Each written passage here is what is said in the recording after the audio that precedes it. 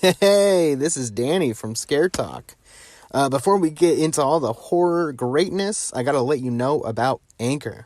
Anchor is the host site that we use to record our podcast. Anchor will upload your podcast to Apple and Spotify and many other listening platforms. Anchor is completely free, and you can download the app or go to the website, anchor.fm, and you can record straight on there. There's also some cool editing tools that you can use. Did I mention that it's free? Yeah, so if you want to make a podcast, Anchor is the way to go. Go check it out. Now, for the spooky stuff.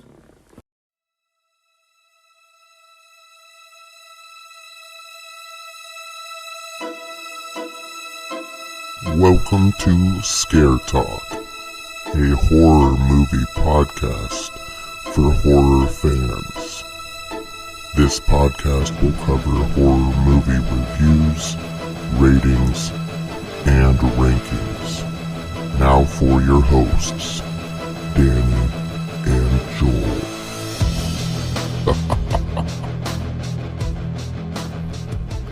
All right. This is Scare Talk. I am Danny, sitting here with Joel. What's up, guys? And today we are here to talk about the 2016 film, The Boy. All right. Who's a part of that one? So the cast in this one, I only put down one person because she's basically the main character. Her name is Lauren Cohen. People who are familiar with The Walking Dead know her as Maggie from The Walking Dead. She was also in that Tupac movie, All Eyes on Me. Oh, I haven't seen that. I haven't either. I heard it wasn't that great, but but yeah. Okay. The director is a William Brent Bell. He did The Boy 2, director of the sequel. The Devil Inside, and Stay Alive, which I actually quite enjoyed. I thought it was pretty entertaining. Cool. The writer has only done really 2 movies that have been put in theaters. That's Stacey Menier, and that's The Boy 1 and 2. Oh, so all right. Yeah, pretty much her first time writer here. So. Okay. All right. Well, so this one is about an American nanny who is shocked that her new English family's boy is actually a life-sized doll. After she violates a list of strict rules, disturbing events make her believe that the doll is really alive. Oh, man. Yeah. So, with that, what were you thinking kind of going into this? What were you wanting? What were your hopes and dreams? My hopes and dreams for what this movie didn't really deliver a whole lot on. Oh, man. Yeah. So I was hoping more of I was hoping it was going to be a creepy movie, like not necessarily a scary movie. I didn't think it was going to be that way based on the trailers that I saw. That it was going to be actually scary, but creepy. A lot of jump scares. Yeah. Which I'm kind of glad there wasn't really a whole lot of, because I'm not a huge fan of jump scares, especially when they're done poorly. And yeah, I mean that's pretty much what I had hoped for it. Like the previews didn't give me a whole lot of expectations for this movie going in. Yeah. So okay. Yeah, I didn't even know this hit theaters at all. I had just watched it about a year and a half ago, maybe. It was on Netflix, and I kind of was eyeing it for a while, and I saw, it's about a doll, and so I was like, okay, we've done this, we've been there multiple times. And so I was just like kind of putting it off, and then I decided to put it on, and so I didn't really have any expectations other than it was probably just going to be a, like an Annabelle ripoff or, something like that, so kind of what I was thinking it was going to be. It would have been better if it was more like that, but... Oh, man. Okay. Yeah. Well, we will have to discuss some of those things. So, as the movie goes on, obviously, the doll starts to pop up in different places. At one point, she puts, like a blanket over it, and then she sees it later, and the blanket is not on it anymore. Ooh. Creepy. And the family was very specific about the rules for his day, like his schedule, and what she should be doing with him as his nanny. Yeah. And she's just thinking it's, they're crazy. Yeah. And so, cool, quick, easy money. Yeah, exactly. And it's... Family seemed pretty rich. Like, Yeah. they lived in a nice... Yeah, it was like mansion. a castle. So... Weekly paychecks, which is always nice Yeah. to take care of a doll. Like, yeah. Okay. Sounded like a good deal. I can do that. And then there's the guy who delivers groceries. The love interest. Yeah, he's her love interest. And so he knows about the doll too, and so she at least has someone to like talk to. She's not just there by herself, bored all the time. He comes over, in the movie it seemed like he was there every day, but Yeah, he was probably there a couple times a week. He brings over groceries and like her weekly paycheck once a week, but they get to know each other, and he comes over more often than that. Yeah, he tries to take her out and stuff, and yeah. so so then the doll starts to pop up in different places, and she then becomes convinced that the doll is alive or some sort of spirit possession taking over it. Yeah. But she doesn't see it as a bad thing. She sees it as, oh, this is, because he hadn't done anything negative. Yeah, no. Yeah, he was just like, hey, like, let's do my schedule. Like, I've got a checklist here. Yeah. What's going on? At one point, it's been like a month. Like, we haven't done anything yet. He's like sitting on the bed, and his like checklist is like right next to him. She's like, "Oh, is this what you want?" Yeah, I didn't put this here. What do you? So she kind of adheres to it, and she treats him like he's her son. Yeah, and which is what she tells the parents that she would treat him as. So as her own. Yeah. And then she starts to think, maybe this is I'm meant to be here, because she was pregnant and had lost the baby because of an abusive boyfriend that she was with. And so she was kind of running away from that life she had in the U.S. Yeah. And ends up there. And now this is, I guess, her chance at like redemption, to have this relationship with this doll who is alive, apparently. Apparently alive. Yes. She never actually sees him move around. No. She says that he's shy. Yeah. He only like moves. Pops up in different places. Yeah. And we'll discuss all that in the spoiler section of our. Yeah. So and so that's basically kind of the intrigue of the movie, the basic story, and how she's gonna kind of treat him as a person, treat him as a doll, Yeah. And so then it takes quite a turn toward the last 20, 30 minutes. Well, there is something that we have to mention before we get into anything else, is the fact that Brahms, which is the name of the boy, yes, weird name, but Brahms. whatever, was a real person. Yes. But had died 20 years ago. Yes. And so the parents of the doll, essentially, got the doll as sort of a coping mechanism, which is a real thing. Yes. This whole concept of the movie is real, and I enjoy the concept of the movie. So they get this doll, sort of a coping mechanism for their son that they lost, and treat the son as if it's a real person. Yeah. The doll. The doll, yeah. So I like that aspect of the movie, and it's a pretty important part of the movie. Yeah. So he had died in a fire. Was what the grocer guy tells the main character, that he had heard of this boy as being a real boy, this doll being a real boy, but then died in a fire, and so they got this doll to cope, like you said. Yeah. And so she kind of starts to see pictures of the real Brahms in the house, and in different like photo albums, and there's like a painting, and different things. So she's kind of starting to connect with him, it seems like. Especially after the checklist. Yeah, after she starts... After that, it's like, okay, you're real. Yeah. And I need to take care of you. Yeah, exactly. She's just trying to be a mom. Yeah, exactly. Trying to do her job, really. Yeah. It's like, so... When it comes to... So, like I was saying, then it takes quite a turn. The last 20 or so minutes. Yes, it does. A drastic turn. So, okay.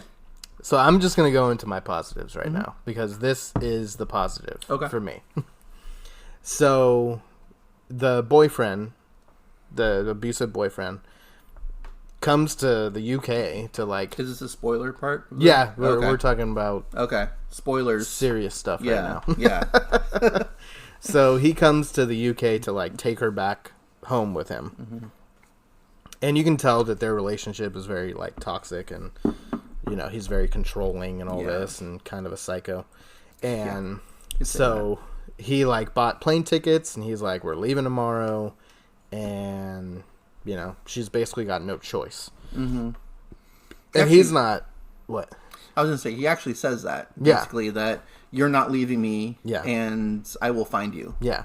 Is like almost word for word what he says. Yeah. So, right. Kind of leaves little imagination to what has to happen. Right. To this person. Yeah. At some point in the movie. I felt like she did a pretty good job playing that character where you were like, okay, she's scared of him, Yeah. Like, I believed that she was worried and scared. And at the same time, she's trying to protect Brahms, because at this point, she's like treating him as her own son.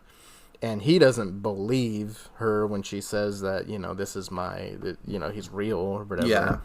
He's just like, what the hell? Most people wouldn't believe that a doll is real. Yeah. So anyways, she takes him, or has him sleep downstairs. She goes and sleeps upstairs. Then in the middle of the night, Brahms writes on the wall, "Get out, go home. Get out. Get out." Yeah.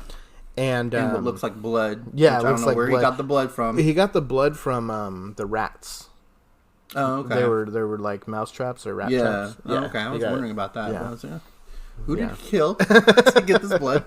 Okay. So then he wakes up and he's like, the boyfriend, he's like, what the hell is this? And he's getting all pissed off. And so then the grocer guy comes in to try to break them up because he hears all the commotion. And the boyfriend then takes the doll and he's like, is this what?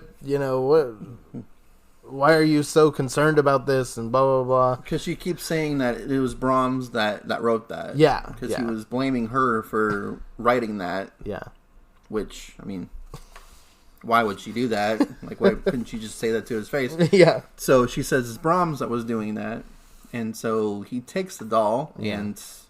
smashes his face. Smashes it into 1,000,000 billion pieces, which is another thing that we will go over here in a minute. And it's like a porcelain. It's a porcelain doll. Yeah. So when it's he going to smashed shatter. It was like powder. Yeah. Basically, it turned into like powder and other pieces. Yeah. So right after he does that, and the main character, she's like, she's freaking out because she thinks he's a real boy. Yeah, she's like, oh no, he's Pinocchio apparently. And so after he does that, then they start to hear all this stuff in the walls, rumbling. There's rumbling and like seemingly like just pounding on the walls and all this. And the boyfriend kind of goes up to a mirror and he's like listening into the wall. The mirror's on the wall, and then boom. Smash through the mirror comes Brahms. The real Brahms. The real big Brahms. Who is like 6 feet tall, by the way. He's way bigger than that. He's huge. Yeah. He's skinny, but he's huge. Yeah, he's very really big. Tall. Yeah. He's like got a big beard. Like not big beard, but he's got a good sized beard. Hairy chest, his like clothes are all dirty. Yeah, he's got like a tank top on. Yeah, like a wife beater. Like wife beater. He's got that bronze mask. He's got the bronze which I didn't mask. know they actually made those bronze masks. He has it's like a porcelain mask. Yes. That he's wearing over his face. Because he made multiple of those for the boy. Like the actual porcelain doll. Yeah. Apparently. So. And it's like the little boy's face on this grown, huge man's face. Mm-hmm. And his hair is like done like the porcelain doll's hair. Yeah. The guy, the real guy. And so he, is like attacking the boyfriend. Attacking everybody. Attacking everybody. But he doesn't seem to want to hurt whatever her name is. He was going after her for a while there. He was going after her, but to like take her, not to like hurt her. Yeah. It turned into like a slasher at that point. Like the main, villain stalking and trying to kill the other characters in the last couple minutes of this movie. Yeah. And so, and I loved that. I was like, okay, this is, your typical doll possession movie or whatever. And if it would have just ended with him smashing the doll and then like the fireplace turns on and then, some spirit comes or, something like that, I would have been like, okay, this is typical. All right, it would have been a typical like possession doll related type of movie. Yeah. It would have made a lot more sense for what happens in the movie. All right, which is where we disagree. I'll see if I can make some sense of what happened. Okay, but I just I like slashers. I like the characters in slashers. This guy had a cool mask. He was like badass. He was trying to, just wreak havoc, and I just loved it. It was like Annabelle that turned into like Friday the 13th. It was like so and unique. I thought that was pretty original to take this possession doll movie that's been done a million times and then all of a sudden flip it on its head. Flip it and it's actually a person. Yeah. All right. I will give you originality for that aspect of it. Okay. So that's my number one positive, is that. I also liked how he could talk like a boy. He actually sounded like he was like 5 years old. Sounded like when he talked. Actually talks or whatever through the walls that he did at some points in the movie. And he did even when he was out of the walls.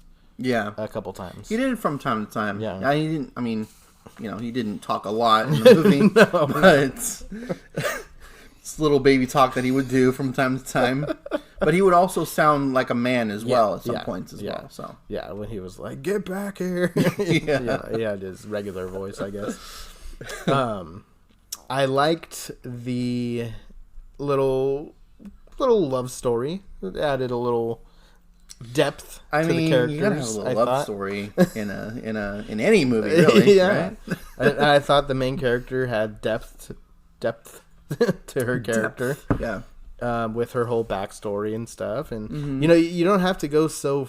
They gave her too much, I think. Honestly, at some points, like you don't need to. Like, the idea of the movie is fine for like giving just a little bit of a backstory. Yeah. But you don't need to give like a whole thing away. Like her whole backstory is not. Well, I guess it is directly related to the movie itself. Yeah.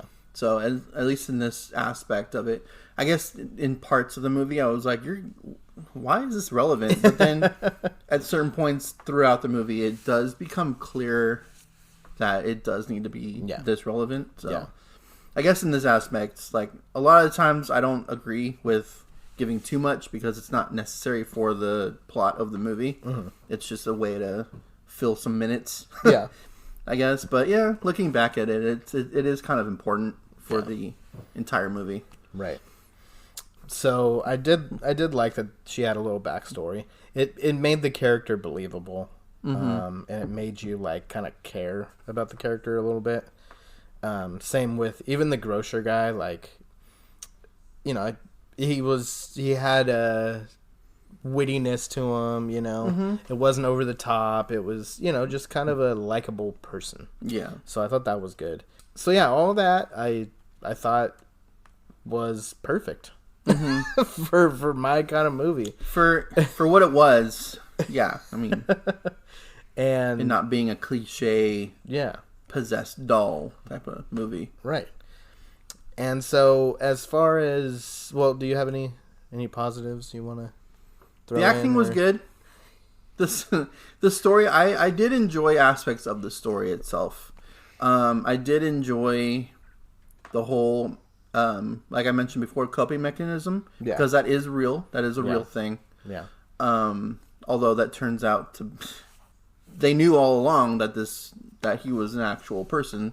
Yeah. In the walls. Yeah. So, okay, it's not really a coping mechanism anymore. But you think that it is for the first 3/4 of the movie.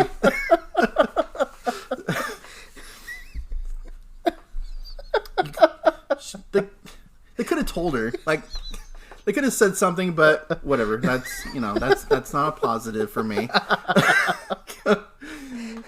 But for most of the movie, it was a positive. The coping mechanism is a real thing that people actually do go through, and so I did appreciate that.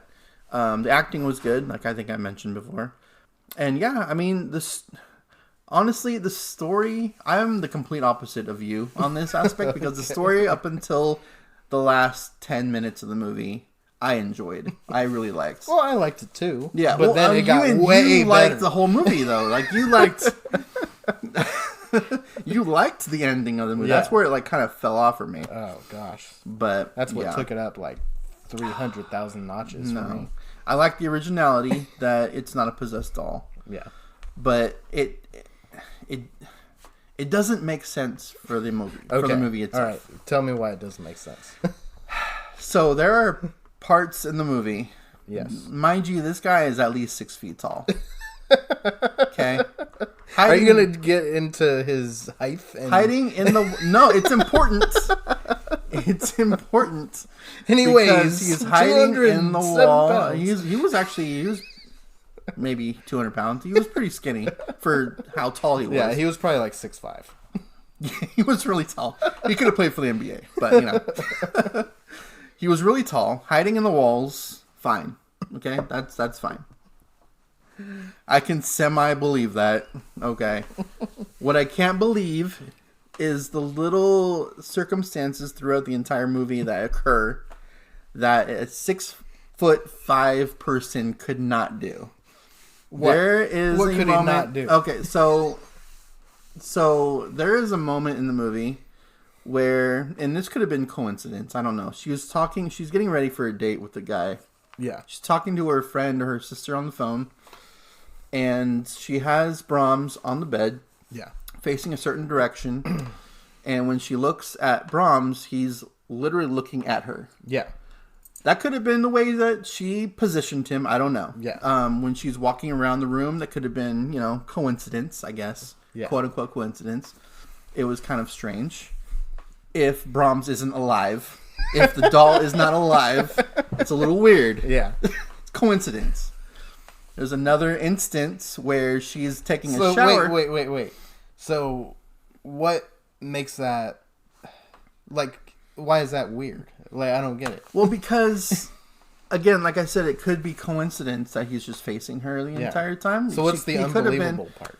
The unrelatable part for the fact that Brahms, the doll, is not real. Yeah. And that it's a 6'5" person is that this doll, unless you position the doll this way, would not be actually facing her. Right. Because the doll is not real.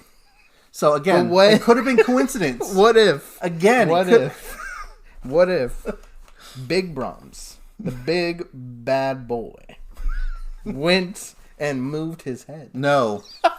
See, no. Absolutely not. And that's where it doesn't make any sense to me. Okay, what's the next Because there's no way that he would have been able to creep around her, this really tall person, to move a doll's head a quarter of an inch to look at her. No.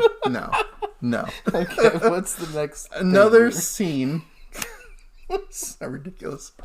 Another scene is when she's taking a shower, getting ready. I think it's the same night, getting ready for the date, which is all after a week that she's been there. Yeah. Like, she hasn't seen any unusual activity with the doll until like this now night. she's gonna go on a date though. Yeah, And he now wants it's her to himself. Yes. So now it's getting serious. Yeah. Yes.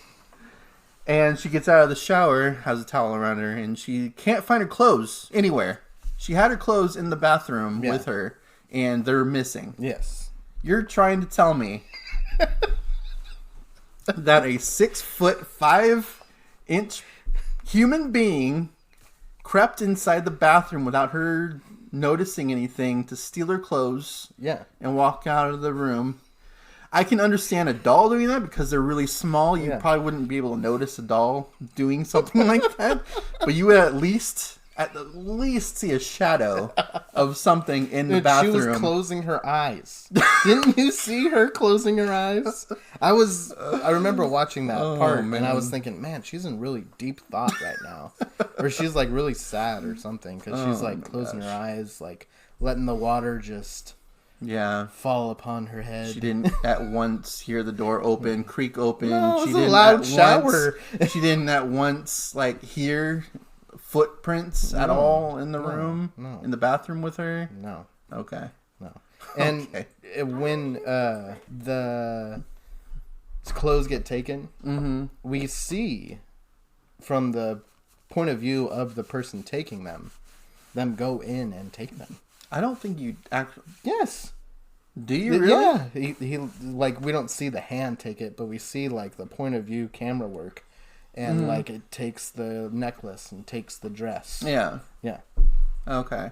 But still, but like, it did look like it was coming understand... from a doll's point of view. It looked like it came from a very short person. Yeah. Being, we shall say. There is another scene. I'm explaining multiple scenes. This whole movie. Did not explain the first one, by the way. Well, you kind of did a little bit, but there's no way you're going to be able to explain this one. Okay. When she tells him that the doll is alive, quote unquote alive, and she sits him in the middle of the room and draws chalk around him. Yes. Okay. At this point, he's thinking that she's lost her mind, as anybody would. Yeah. The grocer guy. The love interest of the movie, and they leave the room because at this point she knows that he's, quote unquote, knows that he's alive, and she remembers the parents talking about how he's really shy, and doesn't like to move. I guess move around when people are around. Because that makes sense. It makes sense for the story to go further. Yeah. They didn't want to actually use like any CGI. Yeah. To have the doll actually move, so. Yeah. I mean, this whole movie could have been explained perfectly if they had just talked to her that, our son is actually alive and living in the walls. But anyway... back to the doll thing. So they draw chalk around the doll, and then they leave the room, and then close the door, give them privacy, and then they go into another room and tap on the wall. Yeah, why did they tap on the wall? Is that to just let them know that they're not there? To let them know that they're you can move around. It's fine. It's whatever. It's like his prompt. Yeah. Like, all right, you can move now. and you hear Brahms giggle. Yeah. Through the wall. Yeah. Okay, fine. That's fine. If it's a doll, fine. You would have heard that as a 6-foot person. You would have heard some sort of movement besides a giggle through the wall. No, if you can hear it giggle, if you can hear somebody like barely laughing. Yeah. Through a wall, you can hear footsteps. You can hear creaking. He's like a ballerina. Wood. Okay. He is very graceful. Anyway, they go into the room and he's gone. And that's when he's a believer that the doll is actually alive. He's like sitting at a different Well, he's in the corner part of but the room. He's not where they left him. Yeah. So he's alive. So yeah, that little boy or that big boy Brahms, Brahms. He's like giggling because he's like, haha, I'm gonna show you guys, and so he moves the doll over there and goes back into his wall. No, I don't. No, he's got all these trap doors. I don't believe that for a second that you wouldn't hear Brahms. Oh, he's got some slippers on. I can believe a doll doing that. You can believe a doll doing that more than a person in a horror movie. Yes, in real life, no. Okay, well, this is real life. In a horror movie aspect, no. I can see a doll doing something like that. I can see like spirits. I can see possession over this because in most horror movies, what ghosts love to do is to mess with people. Yeah. And so the entire movie, what an actual person is doing is messing with this person. Yeah. And I can believe a spirit doing that. Yeah. More than I can believe a 6-foot person doing something like that without being detected at any point until the doll is smashed. How long was she living there? Like, I don't know. Like months at this point. Months? I think months. I think it was like a week and a half. No, he gave her multiple checks, multiple weekly checks. She got paid daily. And then they threw the dark aspect on us because they actually had the owners of Brahms actually kill themselves. Oh yeah. Which was a very dark thing to do. I don't know why that was in that movie necessary. I don't know. For the sequel to happen because there's nobody from this movie in the sequel to that, so they had to make that make sense somehow. Okay, right. And the fact that so when they're leaving, and the mom is hugging her, and she whispers, "I'm sorry." Yeah. Red flag. Yeah. I'd be like, "Excuse me, wait, before you go anywhere, what are you sorry about?" What? Can you explain that a little bit? And she just didn't. She didn't even ask about it. Yeah. Like, no. She did kind of give her like a face, like, because these people are already weird to her. Well, they are. She already thinks they're kind of crazy. But that's the cherry on the top of this like weird sundae. Like, why would you apologize? Yeah. I'm sorry that I'm crazy, and I'm gonna have you take care of the doll. Yeah, you're gonna be taking care of this while we kill ourselves. Sorry, that's your responsibility now. Right. Yeah. And Brahms chose her. Yeah, that's the other part that I liked. It was like they were trying to close the door and finally find somebody who he wanted, and then when they did, then it's like, okay, it's time. It's time we die. It's time this nightmare for us is over and it's someone else's problem. So I'm guessing your negatives are just I honestly would have liked it more if it had been like an evil spirit. Yeah. I like the evil spirit aspect because it makes sense for the story. It makes sense that Brahms would be messing with her if it was an evil spirit, because that's just what they do in these movies, in these horror movies. Yeah. If it's a real person, there's a lot of questions that are just not answered. Like, why didn't they tell her in the first place? Like, why? Just why? That's I know like why. No, you don't, because they didn't explain I've already why. answered so many questions. No, you didn't. You didn't answer why they didn't tell her. They about didn't tell her because Brahms doesn't want them to tell her. So what? Brahms doesn't even want to come out of the wall. He wants to stay in the wall and be taken care of as like he's like a little boy through the doll. Why? Because he's weird. And he's controlling his family. He's a crazy kid. Remember, he like killed that little girl, and I'm guessing he killed that little girl when he was a kid, and they were gonna like interview him or whatever, ask him questions, the police, and then he supposedly died in a fire, like their house is on fire or something. So I'm guessing they staged that. That was like, that didn't actually happen, but he's just a crazy psycho person, and he had control over his parents. So he's like, I'm gonna hide out because everybody thinks I'm dead.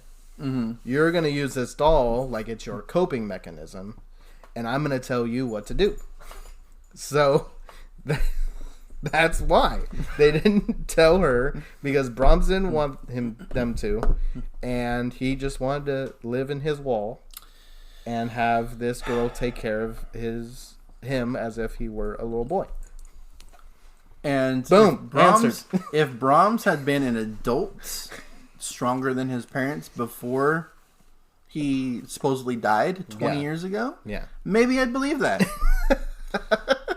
But Brahms himself, I mean, we don't see his face, but he doesn't look too much older than us. Yeah. Well, he would have made him as an adult. Yeah. But 20 years ago, if you're in your late 20s, you're like maybe 10 at the latest. Yeah, so he was a very, very intimidating 10-year-old. Okay. Hey, you saw he was 6'5"? He was probably like 6'1" when he was 10. So he had them in the palm of his hands. Oh, man. At 10 years old. Yeah. Wow. Okay. Yeah. I mean, he's psycho. He probably burnt the house down himself. He probably did. Probably tried to kill his parents. Yeah. Which looked like they were in their 50s when they had him in the first place. Which happens. You know, that can happen. Yeah. Not all the time. Not likely, but it can. Yeah, they look pretty old. They were old. Yeah. Okay, so any other questions? I can clear it all up. Okay. We're going to be split. Our audience is going to be split on this one. Like, oh, that makes sense. Oh, that makes sense. Okay. Oh, man. No, okay. Not really. All I mean, it's a pretty straightforward movie until the end when it takes a turn. Yeah, and you have to really use your imagination. You have to just be like, all right, fine.